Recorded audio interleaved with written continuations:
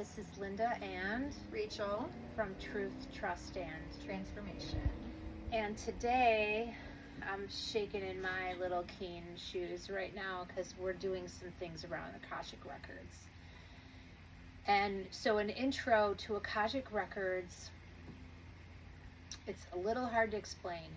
It's kind of like talking to your spirit guides or elders. They're definitely disembodied spirits. So it's part of the mystical tradition of the Kabbalah. And essentially, my background in it is that I have friends from very woo-woo places, and a friend of mine opened my records once, and that was a profound experience for me. And then she paid for my first training where I was trained to open my own Akashic Records. And then the next level is to open another person's Akashic Records. And then level 3 was just going deeper with my own records to discover more things about myself and how I can grow and heal.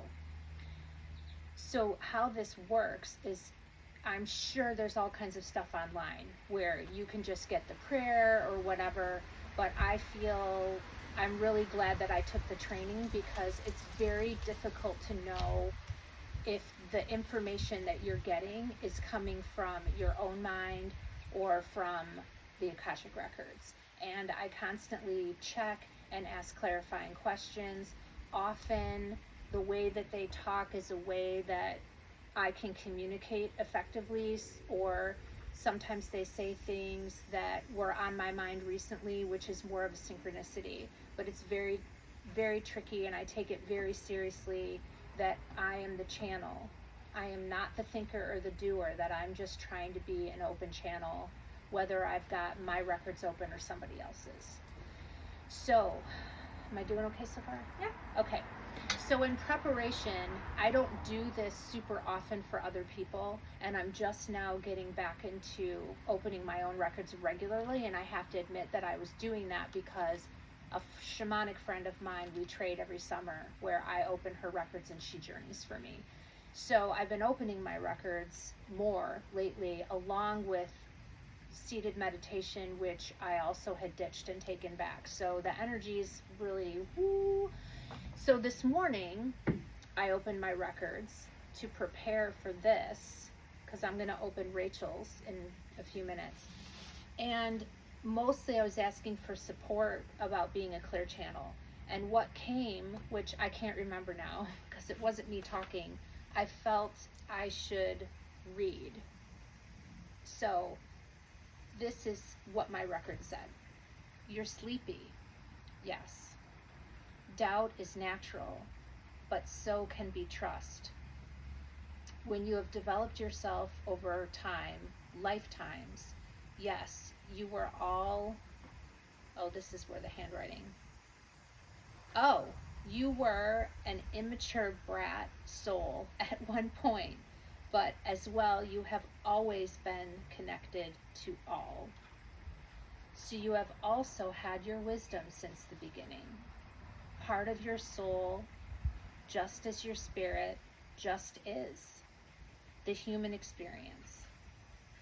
The human experience hides it and distracts you from it. Coming home doesn't mean the afterlife. Coming home means coming home to the deepest part of yourself, inside. That's why, and then they sang this song, they can be so true. True heaven is a place on earth. So they said it's a place in you, about you. You in your purest form, undeterred by time, place, and space.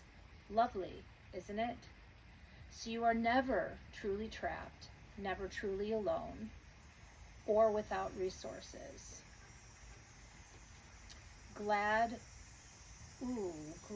we're having this little chat so we can remind you of such basic truths. Sorry, I'm stuttering a little because my handwriting sucks. Especially when I'm doing this, I write too fast. Okay, I'm going to back up. Glad we're having this chat so we can remind you of such basic truths like the physical gravity you have on Earth.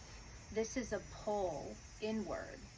Many, many humans spend so much of their energy, physically, mentally, spiritually, etc., resisting that pull, as in the pull inward, because it scares them.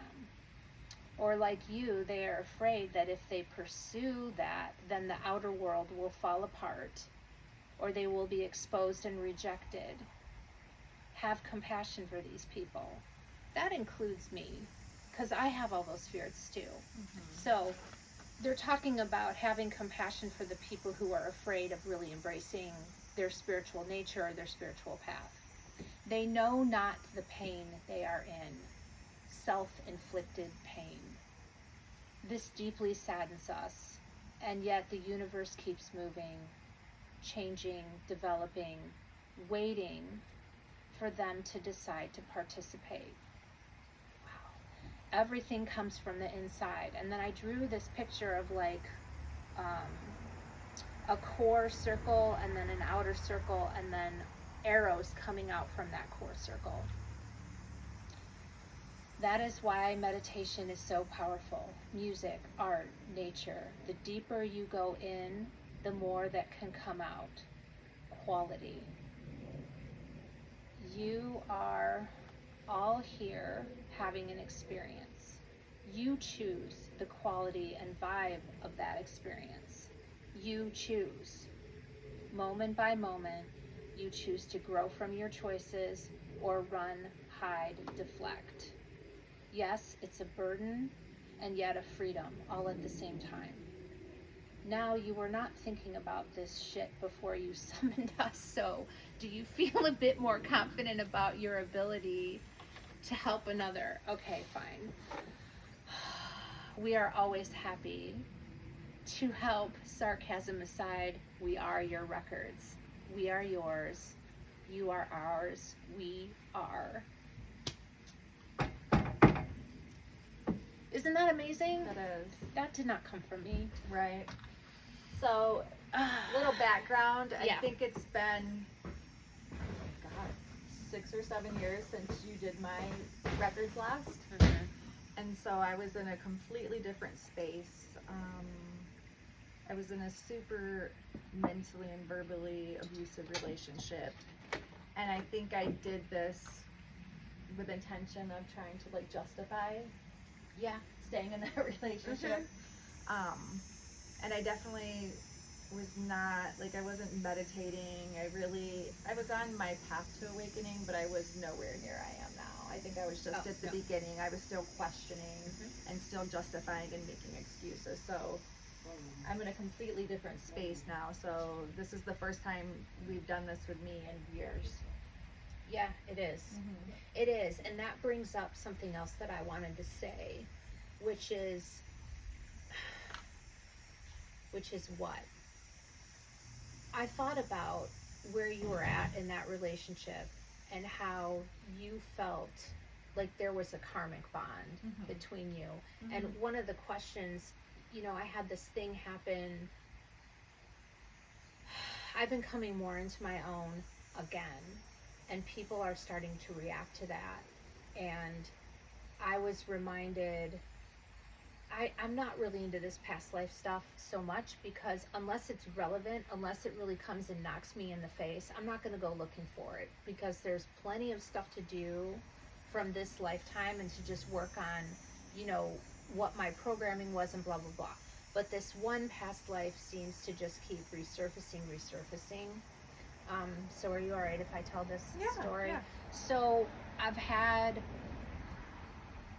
have background with sexual abuse in my life, and part of that also, it like makes you a magnet for other people wanting to like use you sexually or energetically. It just seems to be a theme in my life, and I thought that it was just from what happened when I was a child, but I'm realizing now connections that I've had with people in this lifetime that weren't about sex, but there felt like there was something behind it. I was walking up north on this huge hill, and all of a sudden, I was open because I was up north and I was walking and I was relaxed, and all of a sudden I heard this Aegean Sea, and I'm like, what the hell is that? Like, I'm not a geography person.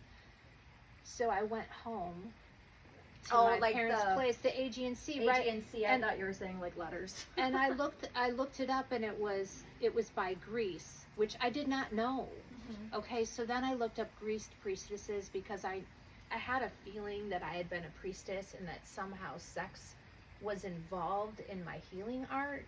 Mm-hmm. And I looked that up, and then it was like Pandora's box opened up, and they were like, priestesses that used sex for blah blah. That's where the word whore came from. Mm-hmm. And then I shut my computer because I was like, ooh, that's enough of that. Like, that's just too weird that I've been having all of these ideas about what I might have been, and then seeing proof, you know, in historical proof that might have been real. But you weren't ready to face that or I wasn't ready to dive in. I was ready to be like, okay, I get that this is real now, but and why this is coming up now is that I feel like I'm remembering things, and I also had an incident yesterday where somebody, you know, I had made a joke, and I think they saw it as an invitation, and it got a little inappropriate. So that's all I'm going to say. So then I wrote this thing. My records were still open. Sometimes, usually you shut them down, like you say a prayer to shut them down when you're done talking to them. But they like to go to the woods with me. So yeah. All right. So this is the thing that came out. Everyone wants me as their priestess, but not their partner. They crave healing unconsciously. And then this is what they said: when you were first this, your kind kept the highest positions, had the utmost respect. You stood next to kings and pharaohs. That has changed to whore. Just because they call you that and treat you that way doesn't make it true. You are not to be grabbed or groped. Worshipped as the representative of the sun that shines through all things. Yes, you're...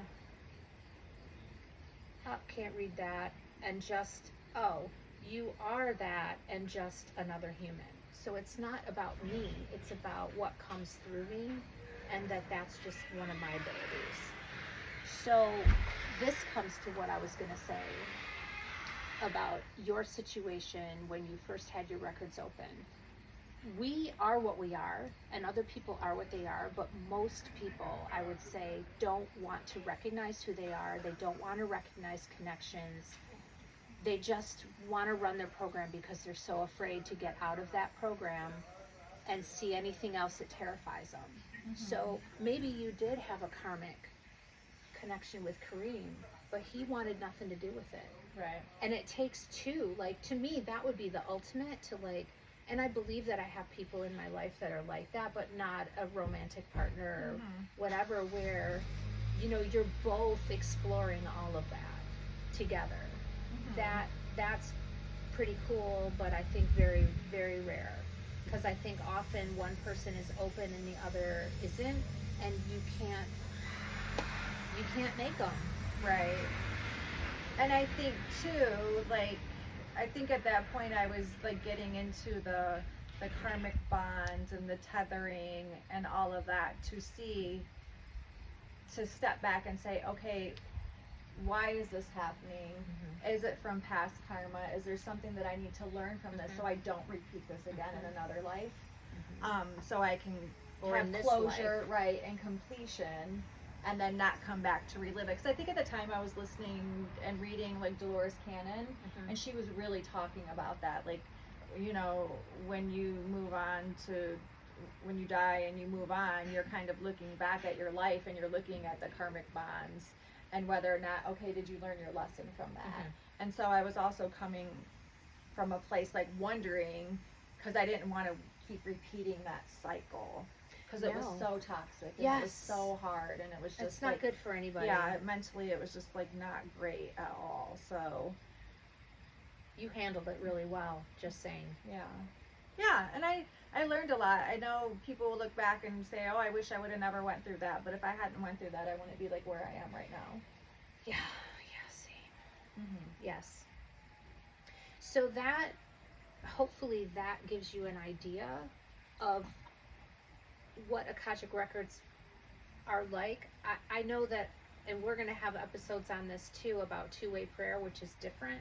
I find that when my records are open, the kind of information that I get is different, and it's more universal, it's more spiritual. You know, because sometimes when I just ask for guidance, I'm getting like, you know, pretty mundane, do this, do that, and they're more about the big picture and, you know, this deep spiritual aspects. So that being said, you ready to open your records? I'm ready. Okay. So how this is going to go is I'm going to say this prayer, and I just really, please don't. Part of this is you're not going to know what I'm doing, which is good, because I do take this very seriously, and I don't want someone to just like memorize this prayer. Like, part of the rules of this when I got trained is that you don't memorize the prayer, you always read it. So I'm going to read this prayer, and Rachel Morrison is your legal name, right? Yes. Okay, because that's something I'm going to do silently. So I'm going to say this prayer, and hopefully there will be no blocks, and then she's going to ask some questions, and I'm going to be open to hearing the answers. That's the best way to come at a reading, is to come with 6 or 7 questions that kind of get things going. Okay. I ask God if he will have his shield of love and truth around you permanently, so only God's love and truth will exist between you and me. I allow the masters, teachers, and loved ones of you to channel through me out of whatever realm to say whatever they wish.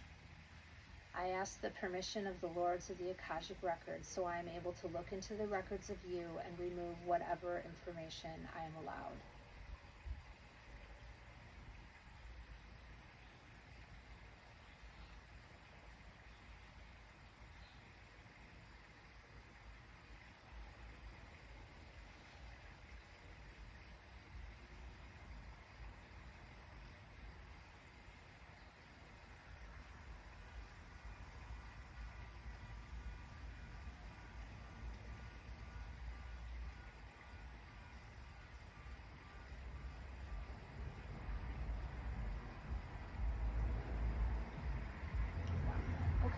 Woo, we're ready. Okay, so I wrote down a series of questions that I want to ask, and these may change based on responses. And so my first question is, I'm in the process in my spiritual journey to unblock and deal with any trauma that I've had, and to open it up and like let it go.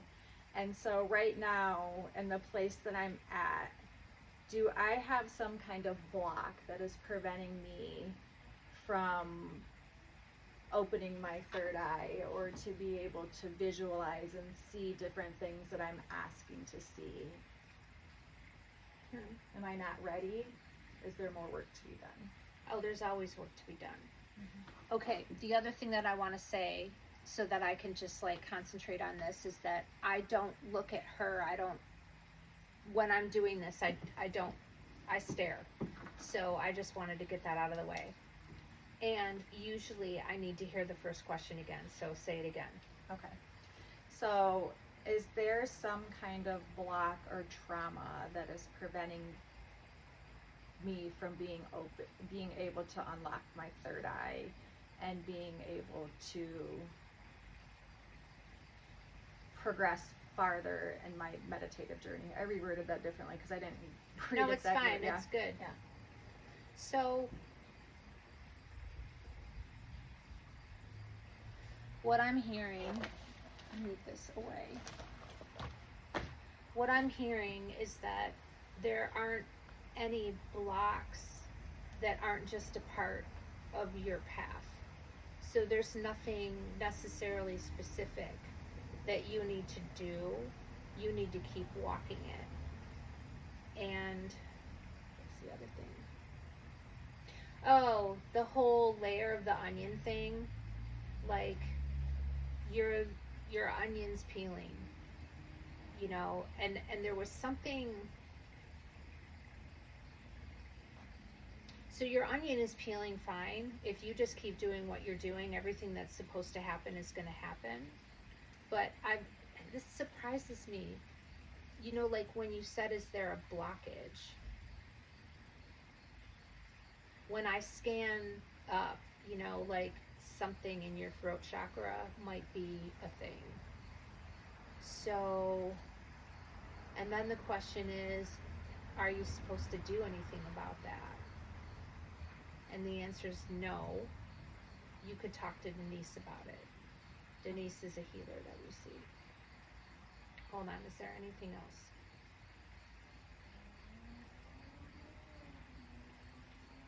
Oh. Oh. There's a humming thing I've been doing that might be helpful. So write that down because I'll probably forget it. And I'll know what it means. Okay. Next question. So, why do I feel fear of the unknown, of the spirit world, of like seeing something I don't want to see, or just anytime it surrounds like death, even if it's somebody I don't know, I feel deeply hurt by it, but I also feel scared. Like I feel scared of potentially seeing a spirit, or I feel scared that like I'm gonna see something that's scary, but yet I want to see, but I have fear. Right. Well, the first thing, I'm just double checking.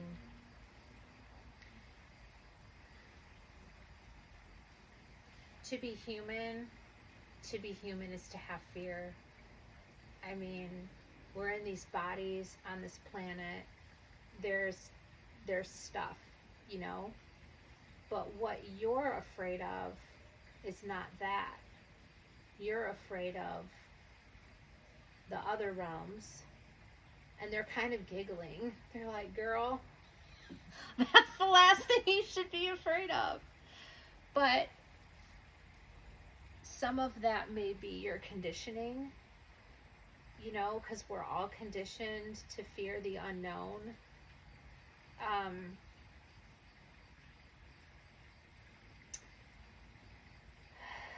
What I'm hearing is like, they're like, love, you know, we just want to hold you and put your mind at ease. Now, okay. That being said,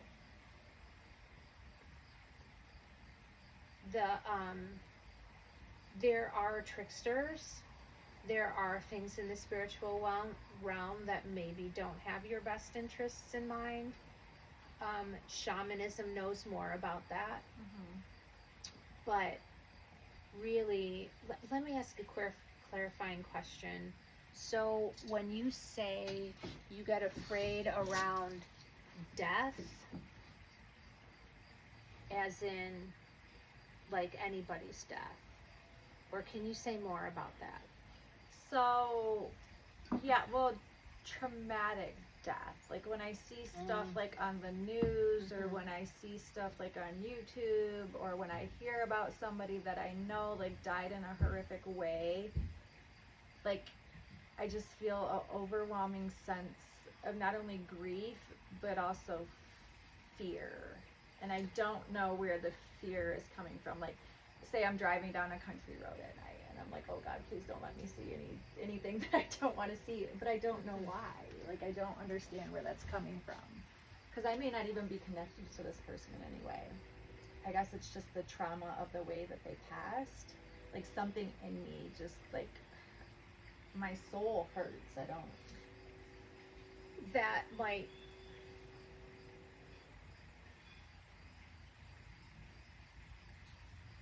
I need to sort out between. I need you guys to talk louder in my head, please.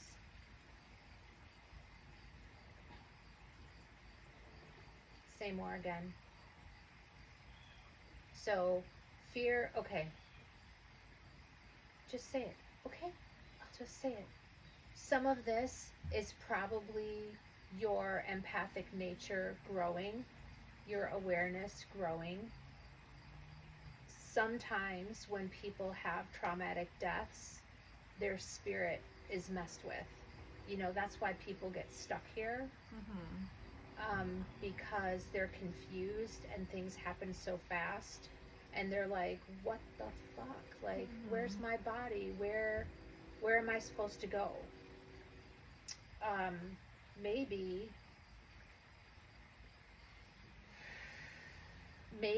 you are going to develop a capacity for helping them. That might be why this is like, sort of like, do you feel like it's sort of like tapping on your shoulder, like, hey. No, I feel like it's a fear that I don't want to see something that I don't want to see. Okay, so that might just be you not really feeling like being traumatized anymore in this lifetime. Okay. Which is legit. And can I say this? Yes.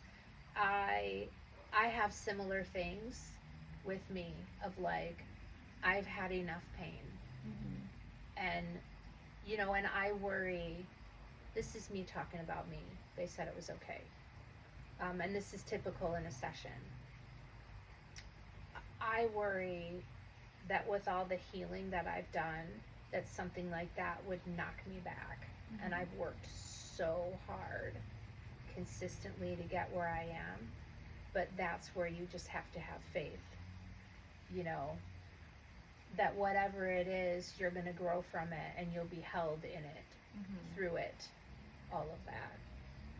So does it have something to do with the way that my dad died? Like, did that bring, because it was sudden, it wasn't necessarily brutal, it was just like unexpected and very sudden, and I was 10 or 11, so I think that's when everything kind of started, where I started to develop fear. I'm getting a big fat yes. Yeah. Big yes. Yes. Yes, because like when I did a session with Denise, like she said, my dad chose to stay with me instead of reincarnating, so he's always there. And then I tell myself, like, I want to see them, but to see him and communicate and have signs from him, but then that also scares me, and I don't understand why, because it was my dad. Like, what's the fear? Like, what am I afraid of? Like, uneasy, afraid, like, at night, like, sometimes I don't want to close my eyes and go to sleep, or it's not like this now, but when I used to meditate, like, if I had a blindfold on, I would feel some sense of fear. I don't feel that now since I've been doing it more. But there's always, like, this sense of, like, true fear.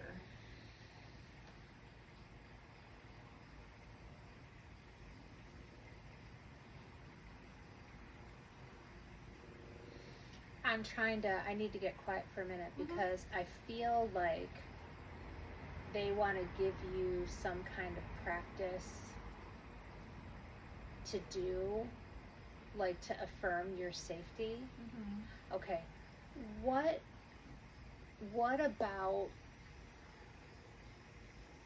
spirituality, higher power, God, whatever, that realm? What about that makes you feel safe? Because if you didn't have anything about that nurtured you, you wouldn't go there. So what they're saying is, let's make a list of the things that make you feel safe. And then you need to not only click and drag that over to this place of fear, but surround the fear with that light.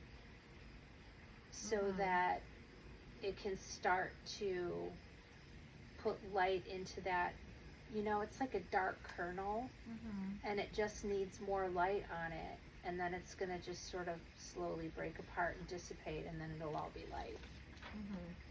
So, tell me what the things are that make you feel safe. Okay.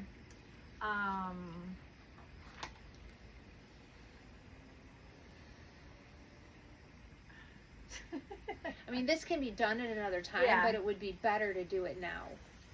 So I feel safe when I'm at home and like my environment. I generally feel safe in life. It's just when it starts coming around like death and dying and or like in a dark country road, and just like those kind of things bring fear. But generally I feel safe. I'm not walking around scared of that. But say when I'm meditating, like I'm asking to be open and allow for mystical experiences.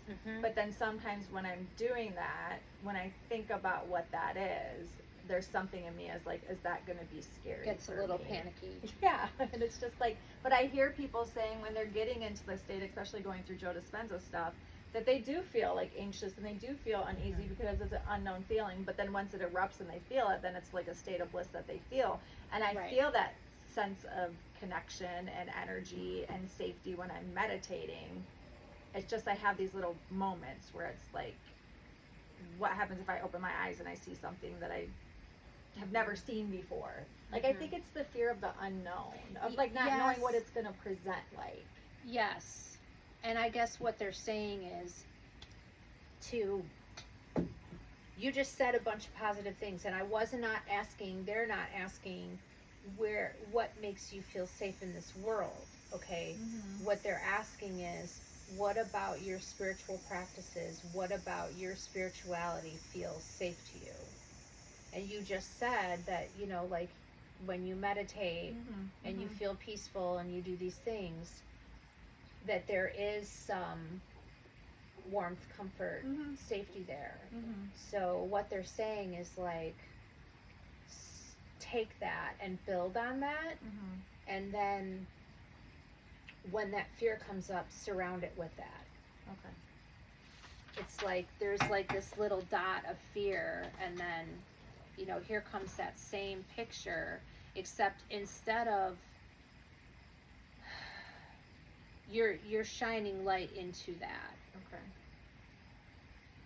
Instead of away from it or out of it. It's kind of like a containment thing. I don't know if this is making any sense. It does. Like, yeah, it does. It's resonating.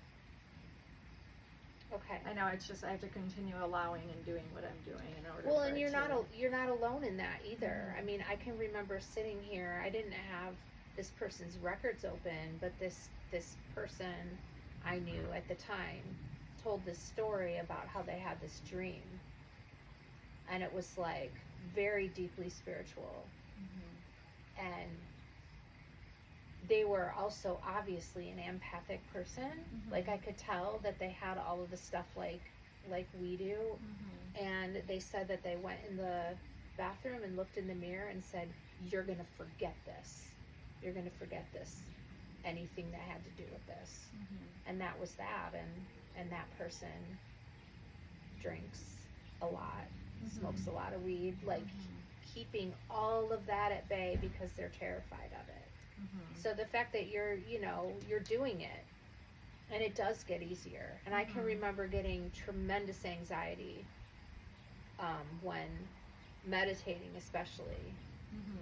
But I don't think I was afraid of the unknown. I was just afraid of doing it wrong, whatever. Okay, so any other questions? Yes. So am I on the right path to becoming, or am I on the path to being on the highest timeline of myself in this lifetime? Like, I'm doing the work, I'm doing the things, I feel like I'm shifting, and I feel like I'm collapsing like time and moving up. But is there something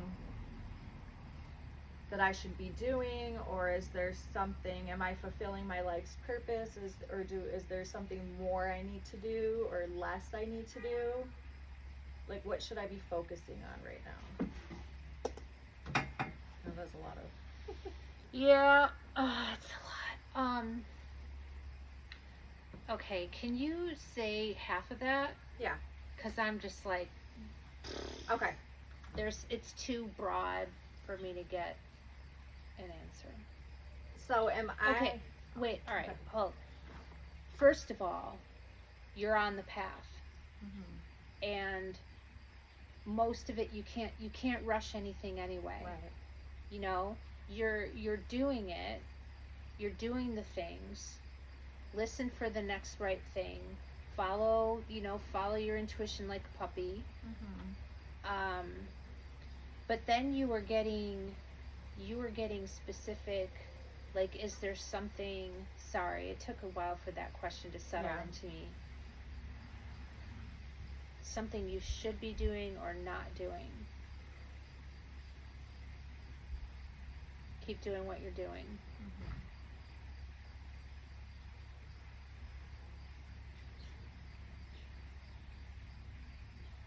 Okay, that helps. Sometimes clarifying, asking yes/no questions, super helpful. And now I just forgot what they said.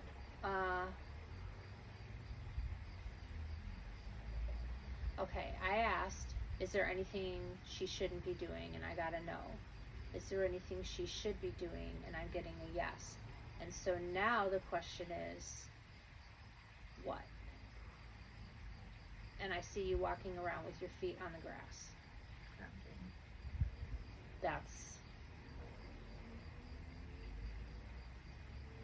That's the bulk of it. Yeah, and I get that when I'm outside, like, take your shoes off, and then sometimes I just like ignore it.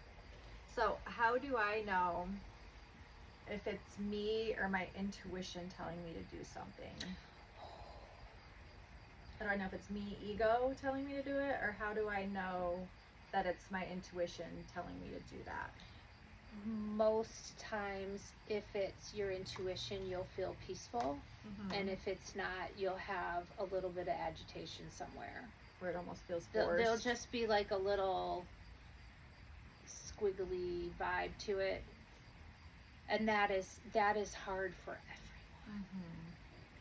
Especially if the thing is like really important or whatever. And so, let me hold on. Okay. It's good to practice on little things. Like, what pen should I write with? What socks should I wear? You know, and like, see where your yeses and your nos are. Like, we did that thing, that muscle testing thing, and that helps hone your intuition so that when it's a big thing, you know what it feels like a bit better. And I think we should do an episode on that. Okay. Should I be doing more work? Because I've kind of got into like pendulum, and I've played with it here and there, and I definitely feel when I do the pendulum, I'm wondering, is it me doing it, or is it like where is it coming from? Because I can get it to go like. A lot of times I'll just say, like, if I'm getting ready to go somewhere, if my kids are getting ready to go somewhere, I'll like clear that energy as to where they're going so they're safe. And then when that's done clearing, then I'll tell it to send love, and then it goes through that cycle. Sometimes I ask it yes and no questions, but I guess in my mind, if I tell it to stop like spinning, it stops. So it's like, is this me telling it to do these things, or is this my higher self? Is this my spirit guides? Like, where is this information coming from? Okay, so you're asking the question, where is the information that's moving the pendulum coming from? That's coming from your energy. Okay. So your energy can come from, your energy is what it is, but it can be clear or not so clear or really unclear. And so what you're wanting to do is just continue to foster clear energy. I don't know if that helps. It does. Yeah, it does. And obviously the pendulum is a really good tool for you. It's just a tool. I mean, eventually you won't need it anymore. You'll just do it internally, but it is helpful to have an external, something that shows you things.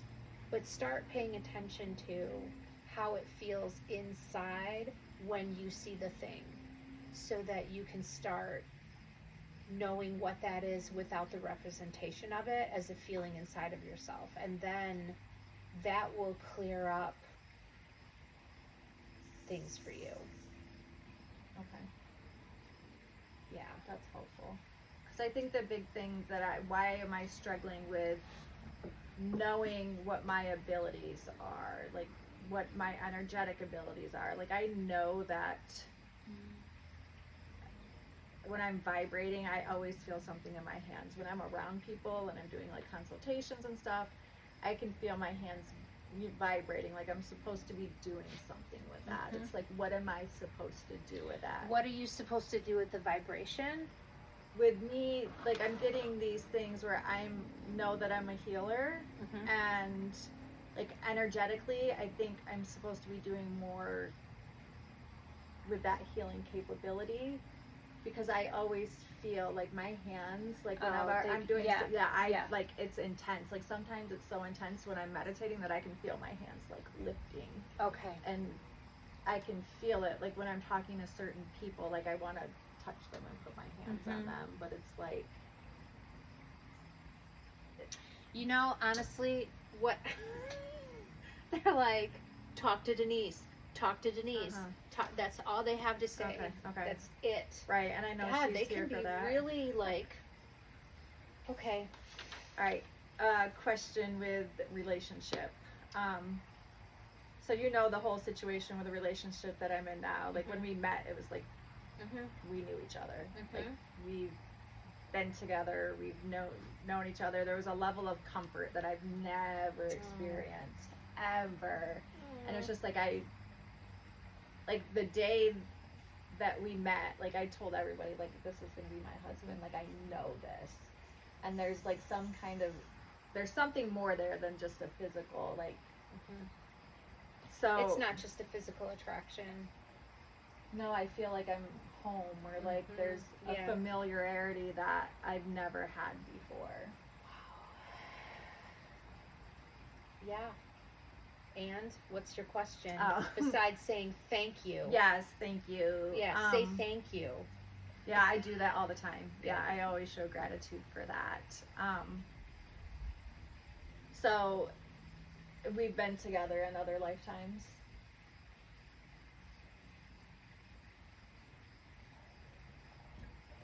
Yes. Okay. And is there something in this lifetime that needs to grow or change, or between us? Is there something that we're missing in each of these relationships, and that's why we keep coming back together? We're just like soul tied and meant to be together in each. All I'm hearing is you guys like being together. That's why you're together, and to keep being honest. And I have no idea. I mean, I'm just saying what I hear. Yeah, there's definitely that ability to do that without feeling judged or worried. So yeah, and the phrase I'm hearing is keep being honest. So, which would allude to the fact that it's already going well. Yeah, extremely. Okay, I have one other question about relationships. So you know, like me and my children, and so one particular child, our journey together has been really, really difficult. And I feel like it's growing now and changing now, but like spiritually, emotionally, mentally, she's not at a place yet where it's like able to grow, and so we can learn our lesson from each other.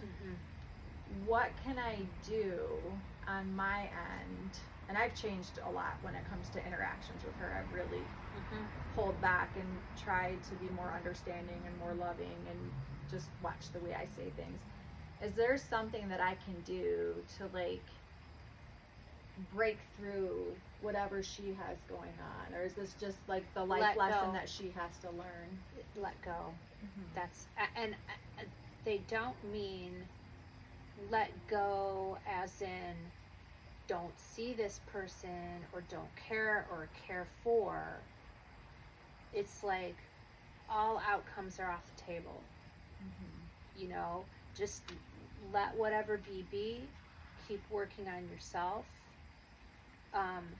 Listen in the moment. This would be a very good spiritual practice for you to be like, okay, whenever I'm around this person, I'm listening inwardly, more tuned in than I am in my everyday whatever with the people that are easy, and see where that gets you, because that is the best thing that you can do. And it's also good for you for your own growth, and this ties in with the other stuff that has been going on here, you know, about listening to your intuition. And it's hard when you're with people who kind of tweak you a little bit, and you know you're tweaking them, and but this is a good situation that it's familial, because is that the right word? Family? Because you're not going to easily ditch each other. That's the tricky part with like other kinds of relationships. People just leave because it's uncomfortable, and then the growth is sort of like, okay, I guess I'm going to have to grow on my own because that person isn't willing to grow with me. And that's, I feel, what's happening. I'm growing from the experience, and I'm changing the way I interact, which in some degree is changing a little bit. So is there something that I can do to help my granddaughter not to help her growth and to help her emotional outlet and help her build a connection? Be who you are with her. Just be who you are with her, and have, you know, the boundaries that you think are appropriate and the nurturing that you think is appropriate. And that's all you can. Darn it, there's something else they said.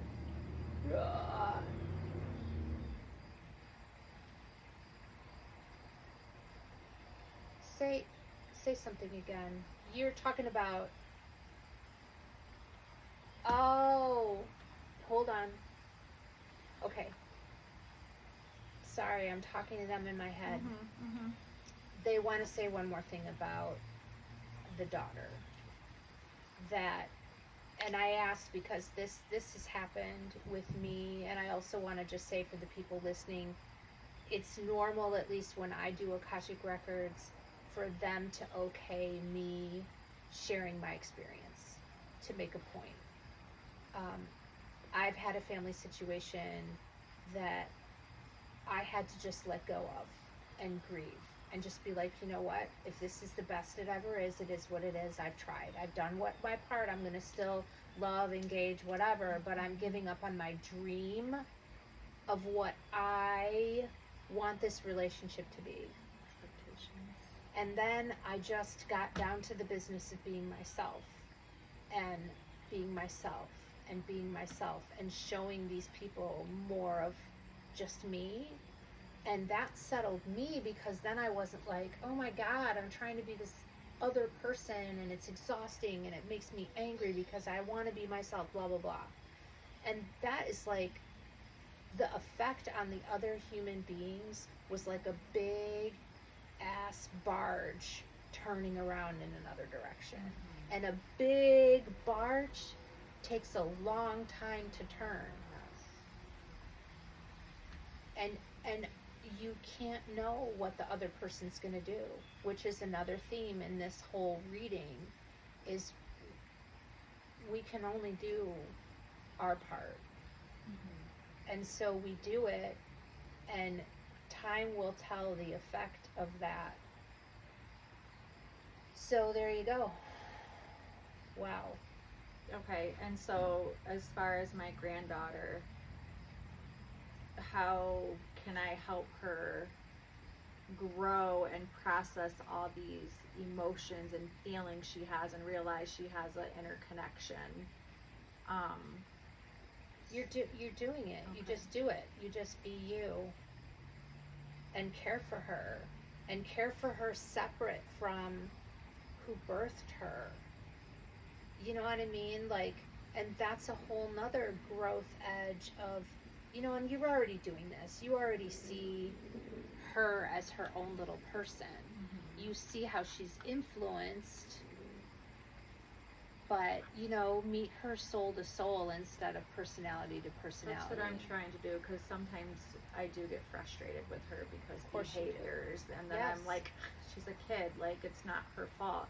but I also don't want her to grow up thinking that this is the way we handle and deal with emotions Right. and that. It's just Yeah. a very thin line, and it's very hard. You know, the other thing that you could do is give her vocabulary for what emotions are. Mm-hmm. You know, there's a Brene Brown book that's all about, I think it's called Atlas of the Heart, Mm-hmm. and it's all about emotions. And if you give her the vocabulary, then you can ask her, what are you feeling right now?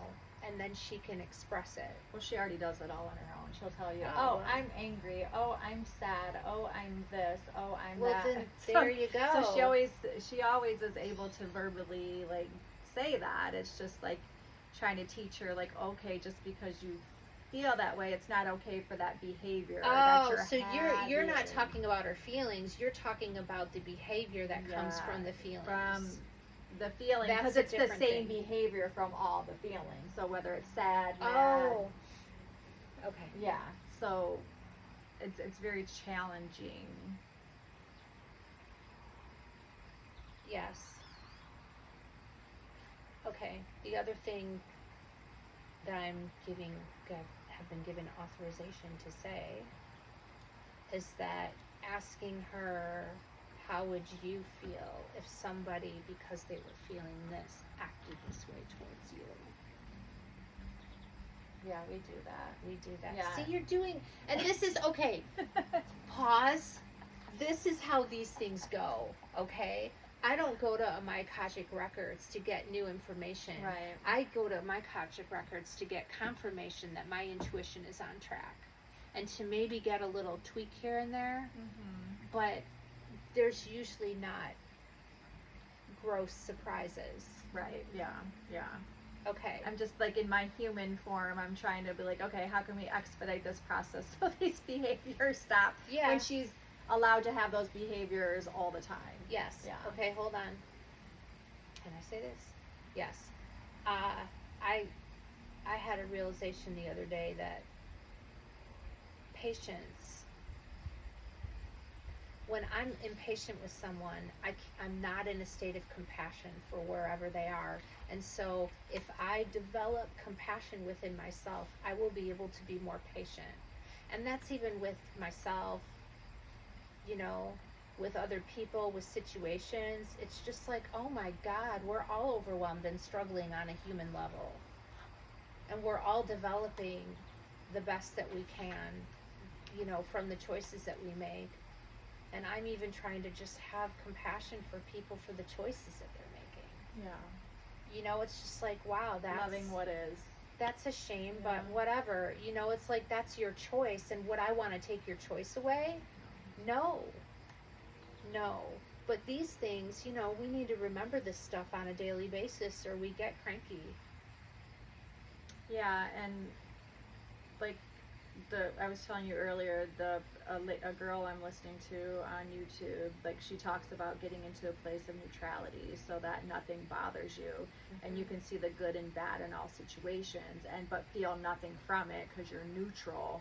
And so that's a place of evolution in your spiritual and energetic realm where you've grown and you're at a place where you're at your highest vibration because you're neutral. And so I guess my last question is there something that I can do so that I can call, like I know I can call upon my angels and spirit guides, but is there something that I can do where I can actually know that it's them and that I'm hearing them or I'm being guided by them? Because I always like am saying, like, especially when I'm going into meditation, like I'm calling in like the goddesses and the from the Sophia code and my DNA that I've activated. And when I do speak to Denise, she says my blueprint is changing and it's evolving and I'm going through the things I need to go through, because like right now it's been super emotional, like with the eclipses and everything that's going on. My energy feels very heavy and sad, and that's something that's not normal for me. That is so not normal for you. Right. I'm No, always like good picture. I'm the feel sad happy. one. Yeah. And just crying and just feeling so much grief and sadness, but not really knowing where it's coming from. And she said my blueprint is just upgrading. So is the sadness just like a release? what I'm hearing is and seeing visually is that it's washing through you, and it's not even necessarily yours. Like it's washing through you, and then maybe a little bit that's in your heart is getting a little activated, and then it's like so it's moving through. So I wouldn't worry about it. I would just let it do its feel thing. it. Yeah, because don't worry. And actually if you worry or you get weird about it and you analyze it too much, then it'll get stuck. And as far as the question about guides, a suggestion is to talk to them in a journaling way where, and this is a two-way prayer thing, but you can specific it to different beings, like start writing, hey, what's one of your people that you call on, one of your spirits? So lately I've been doing, because I just did the Sophia code, so Denise always tells me to call in, she'll tell me like Mary Magdalene, or call in the dragon tribe, and she's asked me, have I seen my dragon that's been assigned to me, which I haven't, and it's like, am I blocking that from happening? Because when I talked to her, she was like, yeah, you have this person around you, this person around you, this goddess is around you, but I don't necessarily see, feel, or hear that. You're just not used to it. But the whole talking to the person, like writing a little letter, like, Mary, I'm so grateful for you. Do you have anything you want to say to me? And then write down whatever you hear. Okay. That's a way to start. That's a pump primer right there. Yeah, and I think for me, it's like my analytical mind is like, that's just you writing that. You know what I'm saying? Well, and so I'm expecting something. I'm expecting something magical to happen, where I'm gonna definitely know that this is not coming from me, and I haven't felt that yet. Well, and the other thing is to be open to noticing little things. And you already do this. You just, Rachel, the cardinal thing that you're into. Okay, so just set an intention every day to be open to see the synchronicities and to see the signs, because synchronicities and signs, may I be open to the synchronicities and signs of my guides. You should write that shit down, because I'm not going to remember it, and I'm going to want to remember it because I want it for myself, because they're there. I mean, that's partly, can I say this? Why part of what we're doing with this whole thing is, encouraging people to walk in nature, because that's when I get things, I see things, or just the synchronicity of the fact that I pulled a past life card in my goddess card reading a week ago or 2 weeks ago, and then all of a sudden all of this stuff happened. It's like they're all there, we just have to recognize them, and it's like, instead of grasping, just hold our hands open and see what little bird flies and lands in your hand. And not so questioning every sign. Because I tend to not questioning every sign and symbol, and just knowing, thank you. Whenever I see numbers or whatever, I'm always thank you, universe, thank you, spirit guides, thank you for showing me that. Or the cardinal, I'll always ask, show me my sign, and they always show me my sign. Yes.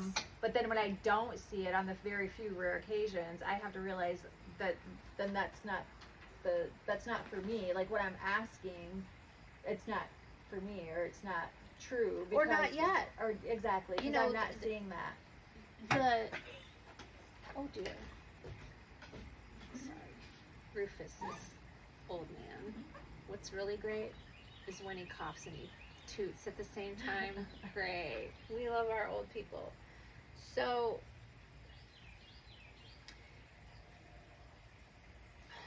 the spiritual realm the Akashic Records, all of these things, their sense of time is like not a sense of time. Right. There is no time. So that's probably our cue. Yes, because we are outside. We are and they outside. Okay. And I'm getting a headache anyway Okay. because they feel like a Right. halo, and I'm Right. just like, okay, I can't do this much longer. Okay. So, hold on, let me ask if there's anything else. You are loved.